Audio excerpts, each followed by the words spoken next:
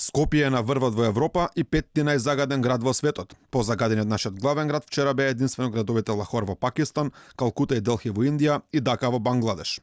Истата позиција градот Скопје држи денеска, кога сме единствен европски град во првите 10 светски најзагадени. И покрај сончевиот ден со нешто повисоки температури од вообичаените, бројките од мерните станици повторно се загрижувачко високи, барем на оние мерни станици кои работат. Во Лисиче и Газибаба тие се надвор од употреба веќе подолг период. Директорот на првата детска амбасада во Македонија Медјаши, Драги Змјанат за Алфа вели дека децата имаат право на чист воздух и дека државата мора да преземе нешто да ги заштити.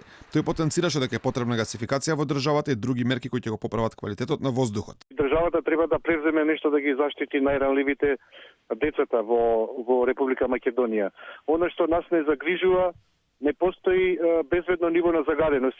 Имено дозволена е висока концентрација на PM10 и PM2,5 на микрограми на метар кубен. Не само децата и возрастните. Годишно умираат во Македонија околу 3000 луѓе поради заболување предизвикани од загадениот воздух. Змјанат вели дека се подготвува тужба против Република Македонија поради загадениот воздух, со кој навистина според неговите зборови се доведува во прашање правото на живот.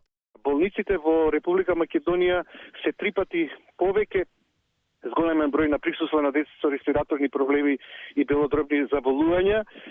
Македонските градови се веќе подолго време на прво место на загаденост во Европа. Мора да се детектираат главните загадувачи индустријски кои навистина ни го доведуваат правото на живот во прашање. Во Македонија има совршени услови за инвестирање на обновливи извори на енергија. А пред неколку дена екопатролата на Скопје Звук Аларм измери повеќе од 10 пати поголема загаденост во Лисиче, каде мерната станица не работи. Покажува 520 PM2,5, еве го се качува, и 550, 540, 550 PM10. Овде дојдовме затоа што мерната станица на Министерството за животна средина повеќе од 2 месеци не работи. И еве, ова е отров. На ова се умира, ние 20 стоиме тука за да ви покажеме што дишете.